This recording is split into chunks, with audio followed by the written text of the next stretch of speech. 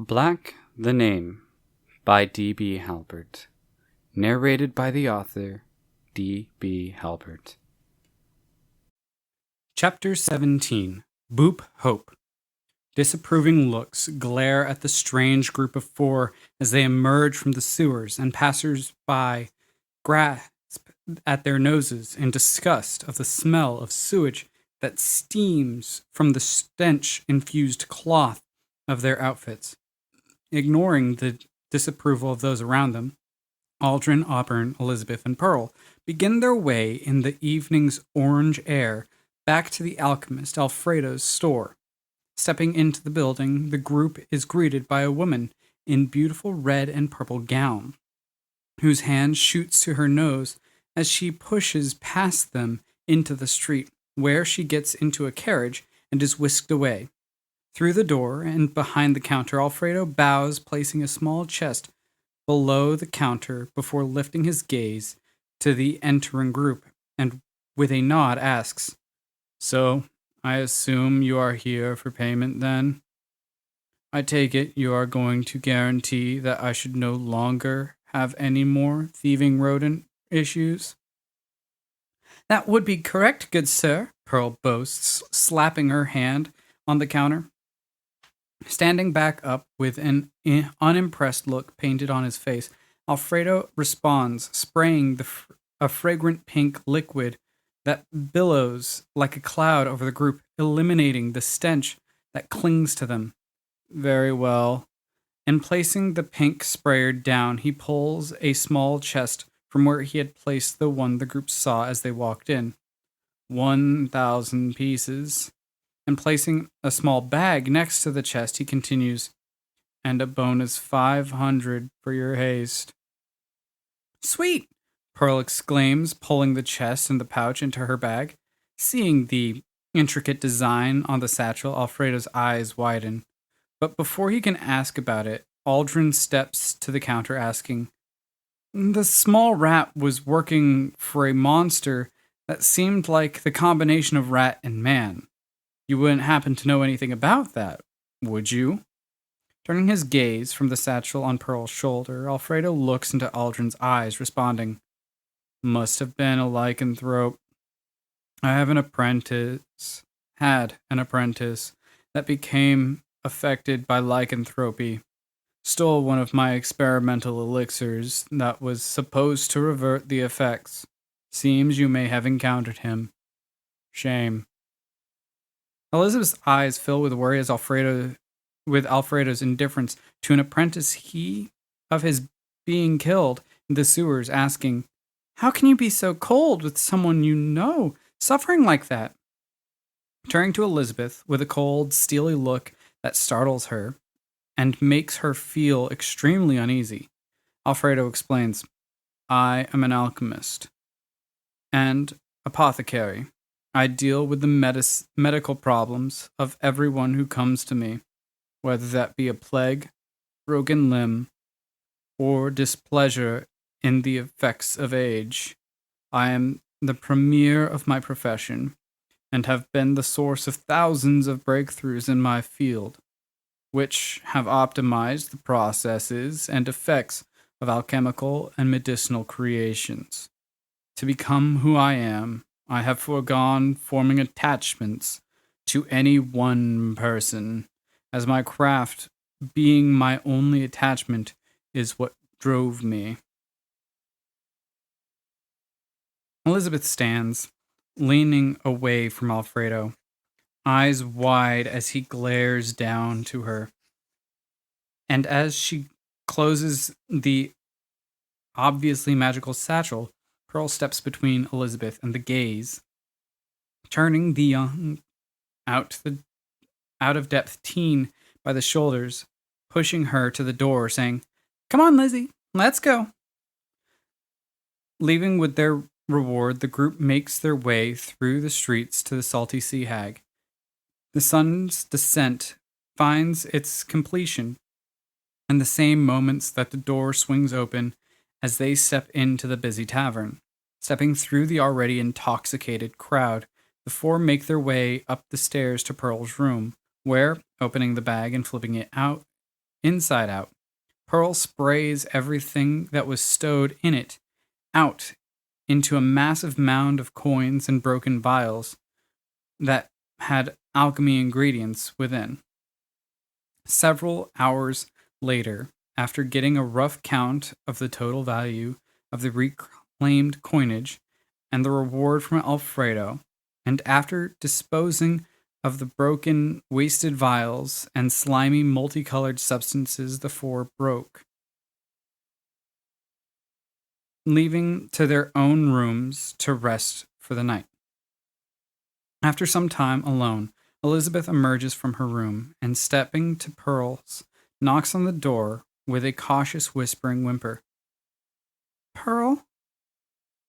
In a sudden burst of unexpected energy that startles Elizabeth, Pearl's door swings open, revealing Pearl, still fully clothed in traveling outfit, and spread across the floor neatly piled stacks of coins organized into groups based on value.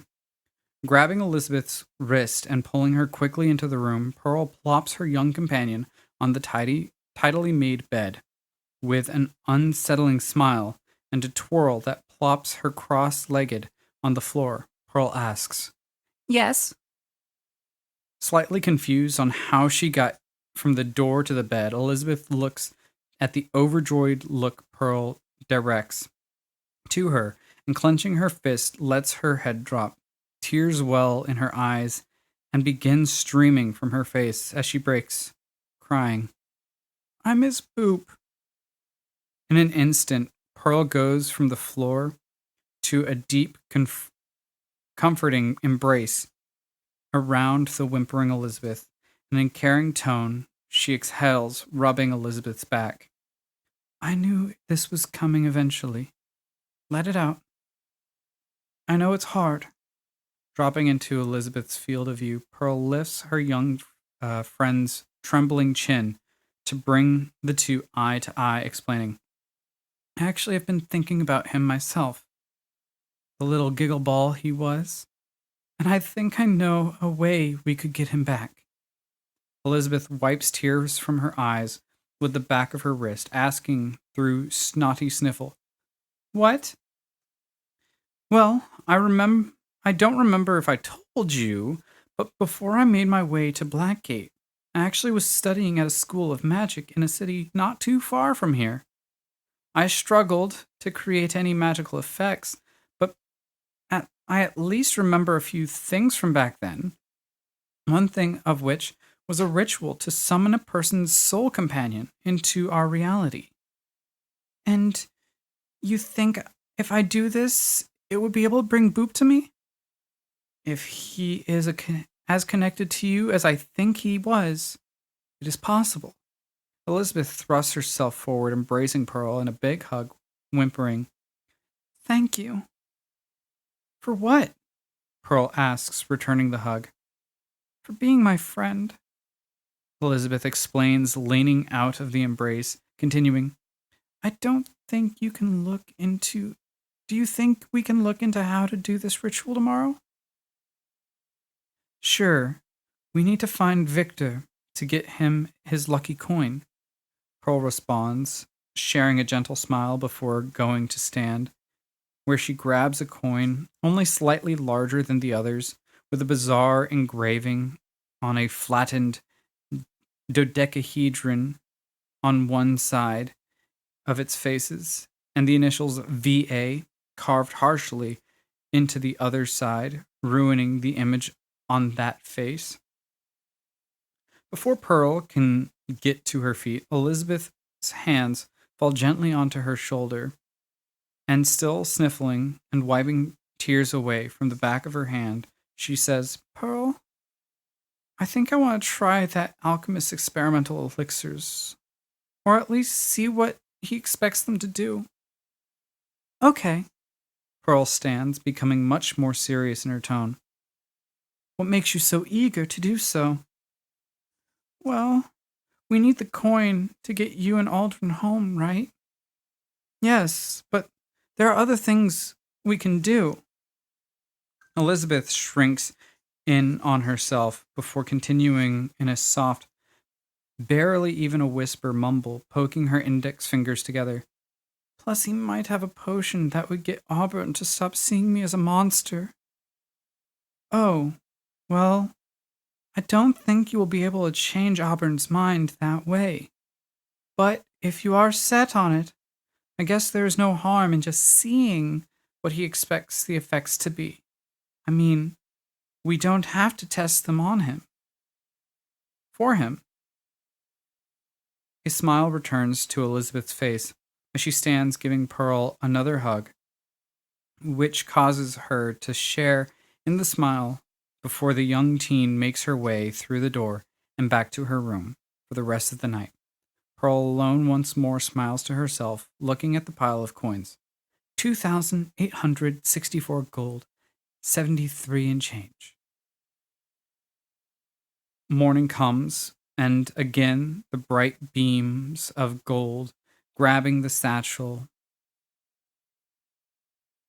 from the corner of her room where she placed it after refilling it with the coins. Pearl skips from her room into the lazy morning flow of the tavern to see Elizabeth wide-eyed, eagerly fidgeting in a seat, waiting for the day to begin.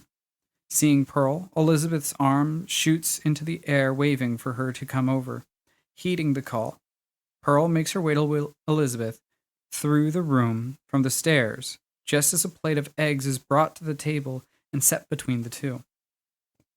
Halfway through the mound of yellow and white nuggets, Elizabeth and Pearl are joined by Aldrin, who, sitting at the table, observes the giddy anticipation radiating from Elizabeth and asks, "So, what has gotten you so excited this morning?"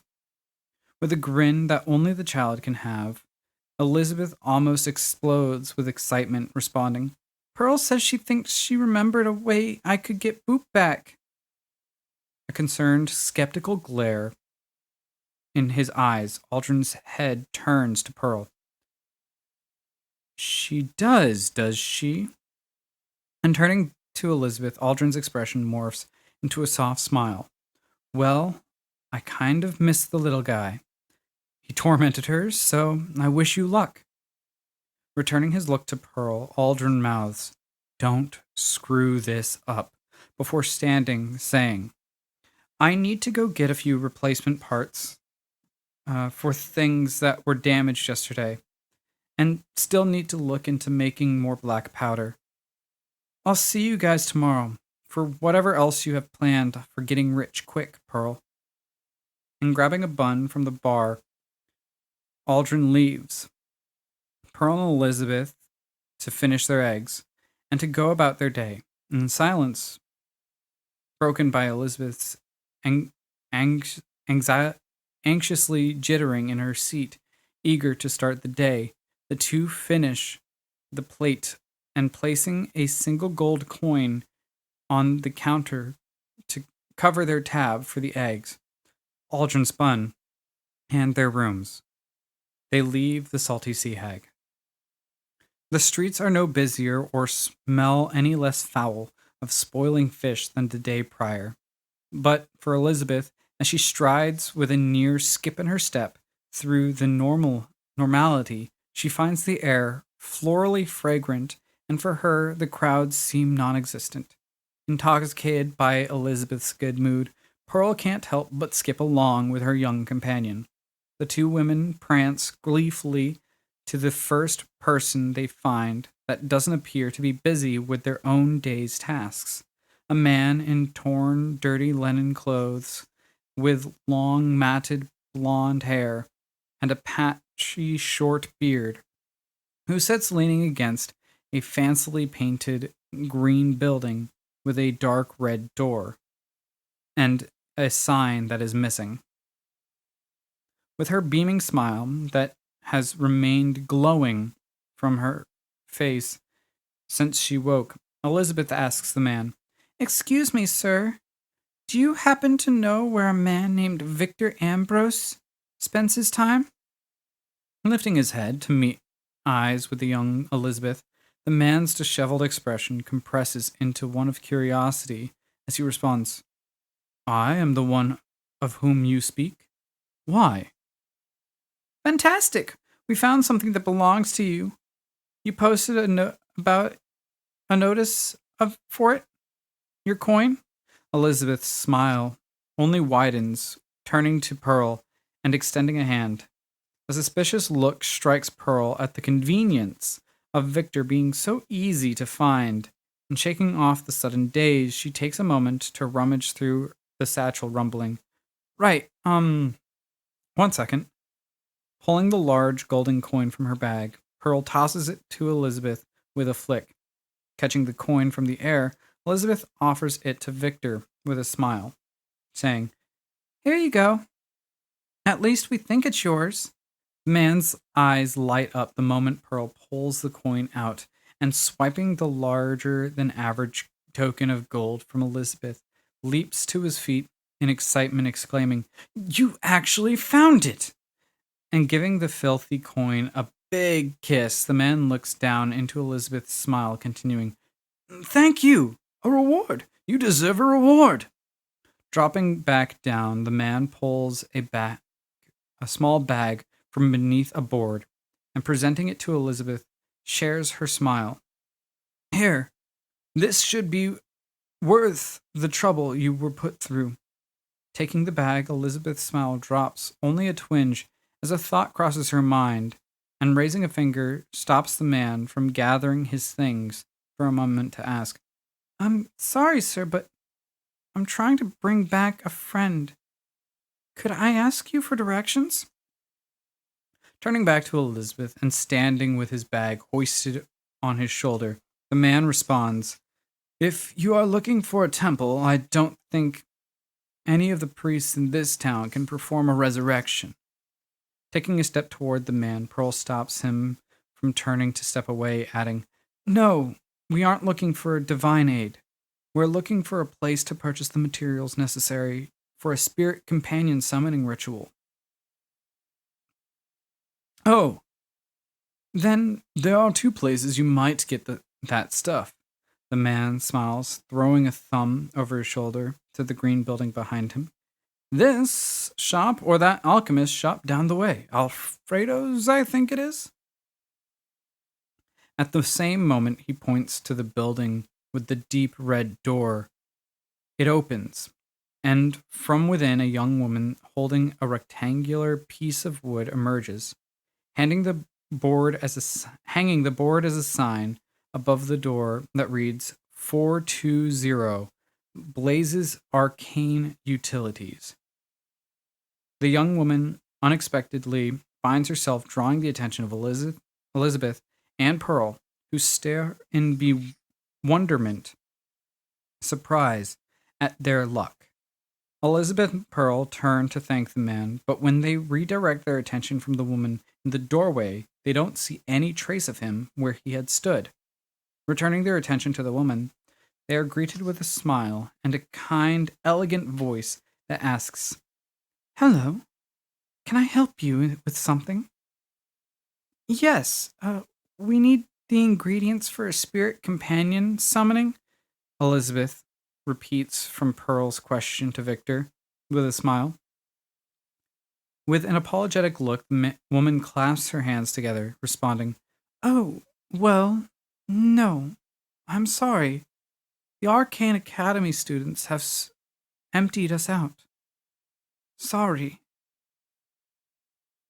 They have started their studies for the class year recently, and the parents of the new students came by, purchasing everything. Sorry again. I wouldn't normally recommend this, but Alfredo is an alchemist in town. He could probably have the incense and herbs you need, and you can probably get the coal from a number of places around. Is this for a school assignment? Stepping forward, Pearl puts her hand on Elizabeth's shoulder, drawing the woman's attention, saying, No, it's a personal matter. Well, in that case, as you won't need to perform the ritual for an instructor, we do have a brazier you can use if you need one, once you have gathered the materials. The young woman returns a smile and a bow, before stepping into the building and closing the door behind her. Then we take care of two things at once, Elizabeth cheers, grabbing Pearl and pulling her into a run into the crowd of the streets. The journey that would have taken 10 minutes to an hour of walking ends in only a handful, with Pearl and Elizabeth sliding up to Alfredo's shop and swinging the door open, stepping in. The two girls wheeze heavily and try to catch their breaths, grabbing the alchemist's attention from his desk at the back of the shop. Stepping to the counter, Alfredo crosses his arms as he strokes his pointed goatee, observing the wheezing women, and seeing Elizabeth look up to him. With a smile, he asks, "I wasn't expecting to see you again. What can I do for you?" Holding up a hand with two fingers extended, Elizabeth exhales. "Two things. Pearl!" And she points to Pearl, gesturing to her for assistance in the conversation. Taking a deep breath, Pearl composes herself, explaining, "We need to ask you if you have the necessary materials to perform the Spirit Companion summoning ritual. Additionally, we want to ask you what you would do if we were interested in being subjects of your elixirs in need of humanoid testing." With a nod, Alfredo turns from the counter, waving to be followed. "I have many supplies for many magical rituals.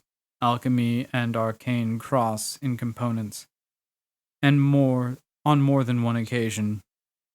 I expect, like most inquirers, you do not know the exact combination of ingredients you need, so let us see what it is you are inquiring for." Timidly, Pearl steps to the counter gate, tapping Elizabeth's shoulder to pull her along, and the two step cautiously behind Alfredo. At the desk in the back of the building, Alfredo pulls a large tome from beneath, and dropping it onto the wood surface with a heavy thud, he lets it split open to the back few pages. Scanning the words on the page the tome opened to, Alfredo mumbles just audibly to Elizabeth and Pearl, Spirit Companion. There it is, page 243. And flipping through the book, Alfredo comes to a page filled with inscriptions that look like that of a recipe. Grabbing one of the green, seemingly glowing vials from above the desk, Alfredo downs the contents.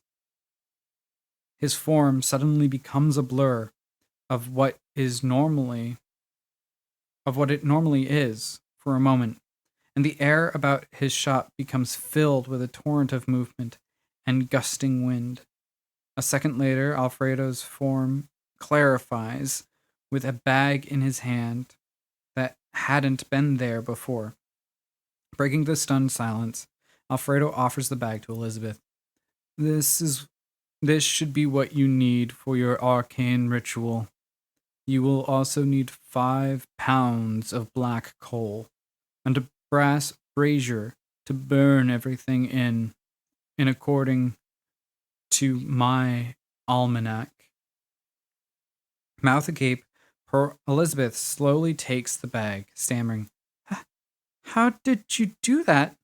With a grin, Alfredo gestures to the shelf of elongated containers with a single test tube missing, and boasts, "That is a serum of my own creation, and an energizing formula that grants a temporary boost in speed and long-lasting energy to keep you awake for hours."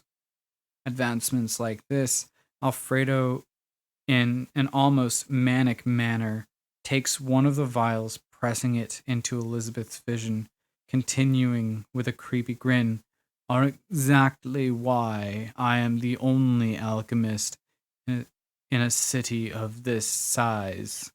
Why I'm the peak exemplar of my profession. Why I need subjects that willingly participate in tests of new formulas, cheaper, quicker, to make versions of standard potions, advancements in creating recipes for potions never before thought of. That reminds me, you said you were interested in being some of those very participants. Pearl looks at the man, raising and lowering his brows suggestively, and cautiously she responds, "We didn't say that exactly. We just wanted to show our interest in what you might be testing." And you would understand as a businessman our position to not agree to any. And you would understand as a businessman our position to not agree to anything before knowing all expected outcomes to come of such a partnership. Elizabeth interjects, drawing the slack-jawed surprise of both Pearl and Alfredo. With silence having taken the room, Elizabeth continues, "As an inquiry unrelated to our desires to pursue the possibilities of performing this task for you, are we to understand that the person we found conflict with in the sewers yesterday was likely your past apprentice, and you would deny any relationship between one of the elixirs you sought to test and the cause of him becoming what we eliminated?" Recollecting his composure, Alfredo straightens with a stern air about him. "Well, well, so calculatingly cold. Based on the smile I have seen on your face and the way your friend carries herself, I wasn't expecting such intelligent examination of myself from you two young ladies." Pearl goes to break into the conversation, rolling one of her sleeves up. "Hey, you say what, mate?" Pearl is stopped when she steps into Elizabeth's hand, raised for the express purpose of preventing Pearl from continuing. With Pearl halted, the same hand then gestures to Alfredo to continue, with Elizabeth retaining the same wide, beaming smile she had since Pearl saw her waiting on their breakfast in a manner to Pearl which just then begins to register as slightly creepy. Taking the signal to continue, Alfredo's throat clears. "I meant no offense. To respond to your question, though, yes, it is likely that the individual you encountered was my apprentice, and while as I expressed yesterday, I believe his state of being was due to his contraction of lycanthropy, which was not of my doing. But I cannot, in full honesty, discount the possibility that the elixir he subjugated himself to as a test for me was not in effect while you fought him. The potion intended to be used in order to give royalty faith in their council by revealing a being's true form. It appears the trial was unsuccessful in converting him to what I assumed as his true form, being his human self. It is good to know that to be the case. Now, about the potions you need to have tested," Elizabeth responds, retaining her smile but letting it soften naturally upon her face. "Right. First, I need to ask, have either of you consumed an alchemical or magical potion within the past week?" Alfredo asks, stepping to the shelf on the right wall of the store from the front, where a light blue stained bag embroidered with a face locked in an expression of being cold sits with a journal, a quill, and a jar of ink. Pearl and Elizabeth, following closely behind Alfredo, respond together, "No," as he opens the bag, releasing a strange burst of cold air into the room and allowing a soft stream of fog to drift from within down to disperse a foot above the ground. Pulling frosted vials from within the bag, Alfredo begins placing them on the counter in line in a line, looking in the journal with them to reveal each new concoction produced, continuing, "Good. The lantern remains of some portions may cause unforeseen effects when consumed in different mixtures. Most potions clear out of a warm-blooded being's body in a manner of 3 days or less." Elizabeth, curiously looking at the many untested formulae, asks, "If we test one of these for you, how long are you going to want us to observe us?" "I would ask you not leave the city for the 3 days immediately following the consumption of one of the trials. Do you have a place where you could let us stay to more closely observe us?" Raising an eyebrow, Alfredo strokes his beard, looking to the side room's door, responding, "I like you, kid. You have a calculating, logical mind behind that cutie, innocent demeanor you put on. If you would feel more comfortable under a direct observation for the 3 days, I do have a spare bed, but only one." "That would be fine. I'm used to sleeping on the floor." Extending an arm to grasp Elizabeth's shoulder to get her attention, Pearl spins her young companion around and watches the expression on Elizabeth's face morph from a cold, calculating slate to a gentle, grinning, childlike innocence she is used to seeing. In a whisper, pulling Elizabeth away from Alfredo and the potions, she asks, "Lizzie, what are you doing?" With a soft, ever-present smile, Elizabeth lets her head fall to the side, responding to Pearl in a way of both respect to a guardian figure, yet simultaneously degrading. "I know we are just looking and will likely not be subjects, but we have to know all of the details in case we do. We have the time. You said that we have at least a week more here, and if we are subjects, this is the best place to be, as according to everything we know there is a counter serum to any of these concoctions. This would be the only person to have it." "Fine, that makes sense. It's just, are you all right?" Struck with the look of confusion, Elizabeth hesitantly responds, "Pearl, last night you told me that you thought of a way that I could bring back the one friend I had ever had before I met you. And today I have only been told more and more that it is possible." "Well, that is fine. I am happy you are happy, but I don't know what connection that has to how eager you seem to be a test dummy for this guy. We only know because of his last apprentice becoming part rat and stealing from him from the sewers." Suddenly leaning his head into the conversation, Alfredo intrudes himself back in, saying, "I can hear you. No agreement has been made between us, and I never perform tests on subjects who are unwilling. Perhaps you should do whatever ritual you want to do first, and let me know before the end of the day if you are still interested in the 50 gold pieces and testing one of the concoctions, as you so nicely put it." Pulling Elizabeth to the door, Pearl nods. "You are right. We should."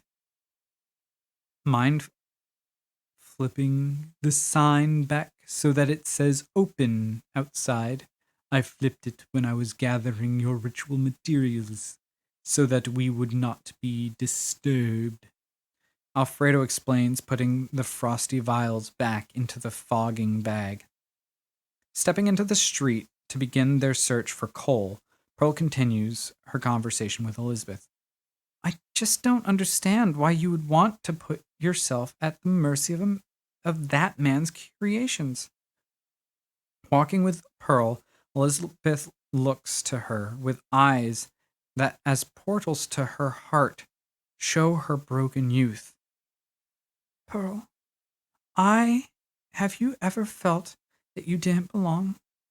That no matter what you did on your own, you couldn't belong?